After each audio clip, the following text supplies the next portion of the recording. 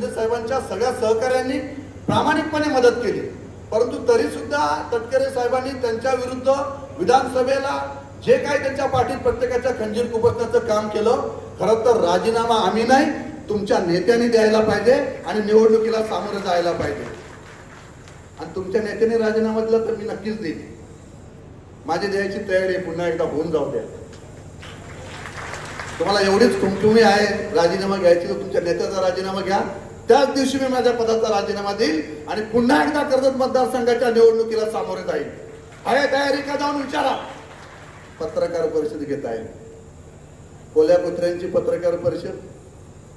आम्ही खूप काय शांत पद्धतीने मी सगळं सहन करत आलेलं आहे. बदनामी किती बदनामीला सामोरं जाणार. तोंडात येईल ते बोलत आहेत, मनाला वाटेल ते जाऊन त्या पत्रकार परिषदेत बोलत असतात.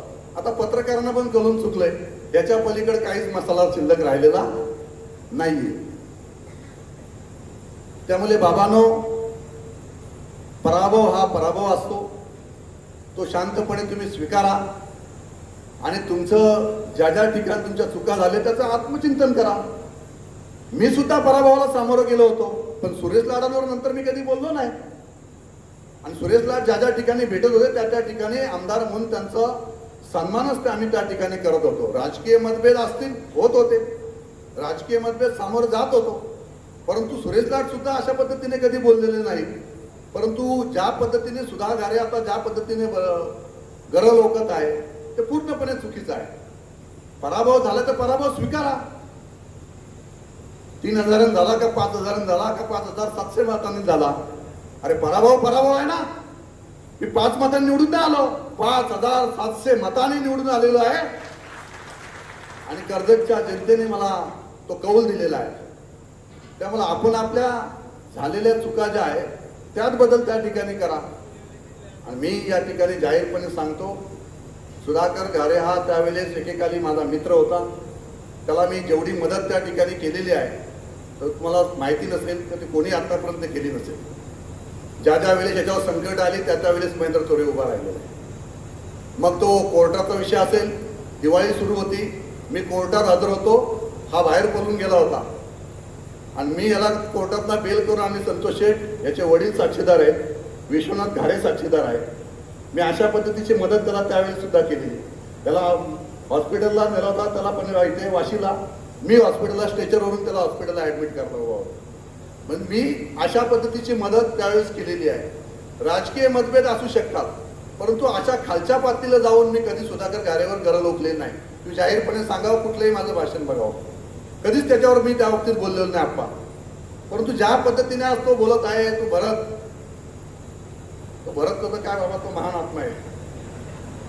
तो काय बोलतो त्याला समजत नाही. माझ्या मते देशाला स्वातंत्र्य भरत भगतनेच मिळवून दिलं असं त्याला समजतं. तो असा माझ्यावर बोलतो, बोल बाबा तुला काय बोलायचं आहे. अरे काय तुझी पात्रता ती तर बघ, तू कोणावर बोलतोयस ते. साला घेतलेले पैसे अजून दिले नाहीत आणून. एवढंच राजकारणाची कुमकुमी आहे तर ते येऊन समोर कर. पण अशा पद्धतीने राजकारण आमच्याशी करणार असाल तर ते खपून घेतलं जाणार नाही, हे जाहीरपणे आज या ठिकाणी सांगतोय. मी सुद्धा या मतदारसंघाचा आमदार आहे. 5 वर्ष या मतदारसंघाचा विकास केलेला आहे. रात्रीचा दिवस या मतदारसंघासाठी झटलेला आहे, झिजलेला आहे. 18 तास या मतदारसंघाच्या जनतेसाठी मी काम केलेलं आहे आणि म्हणूनच या मतदारसंघाच्या जनतेने पुन्हा एकदा मला या मतदारसंघाचा आमदार म्हणून निवडून दिलेला आहे. तुम्ही लढलात, तुमचं जेवढं होतं डबकं तेवढंच भरलं. आमची उलटी वातावरण झाली होती तर शिवसेना विरुद्ध शिवसेना लढत होती आणि ज्या ज्या वेळेस शिवसेना विरुद्ध शिवसेना लढली या मतदारसंघामध्ये शिवसेनेला पराभवाला सामोरं जावं लागलं होतं. परंतु या निवडणुकीमध्ये मात्र आप्पा करिश्मा झाला का शिवसेना विरुद्ध शिवसेना लढली आणि शिवसेनेचा इतिहास शिवसेना जिंकली. या मतदारसंघाचा तो इतिहास झालेला आहे. तुम्ही काय सांगताय आम्हाला का थोड्याफार मतांनी जिंकून आलेत. जर शिवसेना एक संघ उभी असती तर तुम्हाला 50,000 मतांनी पराभवाला सामोरं जावं लागलं असतं. हे मात्र या ठिकाणी जाहीरपणे सांगतोय. आणि पुढील काळामध्ये शिवसेना या मतदारसंघाची एक संघ केल्याशिवाय राहणार नाही. जे जे शिवसैनिक माझ्या त्या ठिकाणी उभे असतील प्रत्येकाच्या पायावर जाऊन महेंद्र थोरेला डोकं ठेवायला लागत तरी चालेल, पण माझ्या शिवसैनिकांसमोर नतमस्तक होईल, पण राष्ट्रवादी समोर माझ्या आयुष्यात नतमस्तक होणार नाही, त्यांच्या समोर कधीच झुकणार नाही. हा शिवसेनेचा शिवसैनिक आहे. मी शिवसेनेसाठी संघर्ष आतापर्यंत केलेला आहे. आतापर्यंत केलेला संघर्ष आपण साऱ्यांनी पाहिलेला आहे. मी कधीही राष्ट्रवादी समोर झुकलेला नाही. 15 वर्ष 20 वर्ष सातत्याने यांच्याशी संघर्षच करत आलेला आहे. त्यामुळे माझ्या प्रत्येक कार्यकर्त्याला या ठिकाणी विनंती आहे की राष्ट्रवादीशी लढायचंय. तुम्ही सज्ज आहात की नाही? मग काळजी करू नका. प्रत्येक मतदारसंघावर प्रत्येक जिल्हा परिषद वार्डवर शिवसेनेचाच भगवा फडके होईल, हा तुम्हाला शब्द या ठिकाणी आमदार महेंद्र थोरवे म्हणून या ठिकाणी देतो. खासदार साहेब माझ्या बरोबर ठामपणे उभे आहेत. आम्ही शिवसेनेचा संघर्ष दोघांनी पाहिलेला आहे आणि ज्या पद्धतीचा निर्णय शिंदे साहेबांच्या नेतृत्वाखाली आम्ही दोन्ही नेत्यांनी खासदारांनी आमदारांनी या ठिकाणी घेतला, तो ऐतिहासिक निर्णय होता.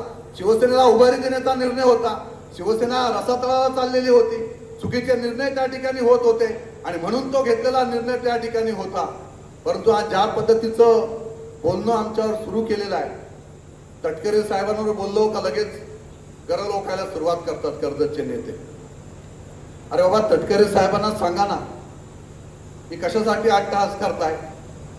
सरकार तर आम्ही आणलं, जो इतिहास घडवतो शिवसेनेने घडवला आणि म्हणून भारतीय जनता पार्टी शिवसेना आरपीआयचं सरकार राज्यामध्ये आलं. ते आल्यानंतर सुद्धा आम्ही तुम्हाला सत्तेमध्ये सहभागी करून घेतलं भारतीय जनता पार्टीने. आमची काय त्या गोष्टीला मान्यता नव्हती आणि कधी नसणार पण आहे. कारण आम्हाला माहिती आहे की ते नेतृत्व कशा पद्धतीचं आहे. ज्या ज्या ठिकाणी मी भरत शेठला नेहमी सांग, बाबा रे तू याला मदत करतोय पण हा उद्या तुझाच घात करून झालं तर तीच परिस्थिती आप्पा त्यांनी करून ठेवली. या मतदारसंघामध्ये सुद्धा अलायन्स असताना सुद्धा त्यांनी उमेदवार त्या ठिकाणी दिला आणि या ठिकाणी सांगतोय की अपक्ष उमेदवार होतो म्हणून. अरे अपक्ष कसला तू उमेदवार बाबा? राष्ट्रवादीचं एक ना एक मत हे सुधाकर घारेलाच पडलेलं आहे. कुठलंही मत आम्हाला त्या ठिकाणी पडलेलं नाही आणि कधीच राष्ट्रवादीचं मत आम्ही त्या ठिकाणी मागितलेलं नाही. त्यामुळे तो अपेक्षा उमेदवार आम्ही तुला कधीच समजलं नव्हतो. आम्ही ज्या दिवशी निवडणुकीला सामोरे गेलो त्या दिवशी सुधाकर घारे हा राष्ट्रवादीचाच उमेदवार हे जाहीरपणे पत्रकार परिषद मी त्या ठिकाणी सांगितलेलं होतं. त्या सुधाकर घारे हा राष्ट्रवादीचाच उमेदवार आहे आणि राष्ट्रवादीचं जेवढं मताधिक्य होतं तेवढं मतदान त्याला त्या ठिकाणी झालेलं आहे. त्यामुळे ती मागच्या वेळेला सुरेश लाडांना 85,000 मतं पडलेली होती.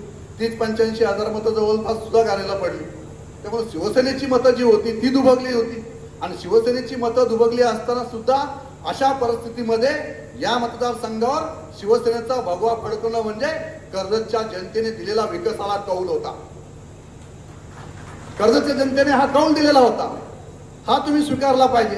तुमच्या डोक्यात भलतीच आवाज गेलेली आहे 85,000 मतं पडली, 85,000 मतं पडली. अरे 85,000 मतं पडली तर आम्ही जर शिवसेना आणि दोन्ही शिवसेना एक संघ असतो तर किती मतदान झालं असतं? 1,45,000.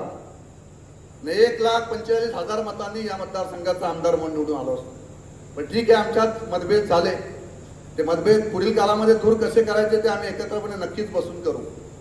परंतु तुम्ही जे मनसुबे आता बाळगून बसलेले आहात या मतदारसंघामध्ये, जोपर्यंत महेंद्र थोरवे उभा आहे तोपर्यंत राष्ट्रवादीला कधी या ठिकाणी शक्य होऊन देणार नाही. या मतदारसंघावर पुन्हा एकदा शिवसेनेचा भगवा फडकणार हे या ठिकाणी जाहीरपणे तुम्हाला या ठिकाणी सांगतो.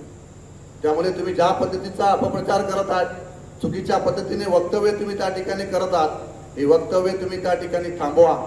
आम्ही खूप सहन केलेला आहे, पण सहन करण्याची काहीतरी एक लिमिट असते. एकदा सहनशीलतेचा बांध फुटला का मग तुम्ही मात्र वाहून जाणार त्या पुरात. हे मात्र लक्षात ठेवून तुम्ही यापुढे बोलताना विचार बाळगावा.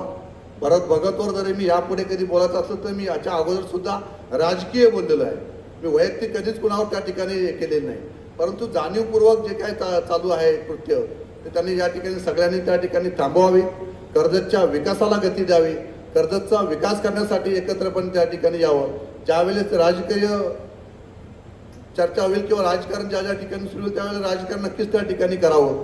परंतु आता मात्र अलायन्समध्ये आपण सारेजण तुम्ही त्या ठिकाणी एकत्रपणे आहात तर कर्जतच्या विकासाला प्राधान्य त्या ठिकाणी द्यावं अशी विरोधकांना सुद्धा या ठिकाणी विनंती त्या ठिकाणी करतो. आणि माझ्या सगळ्याच पदाधिकाऱ्यांना या ठिकाणी सूचित करतो की आपण आजपासूनच संघटनात्मक बांधणी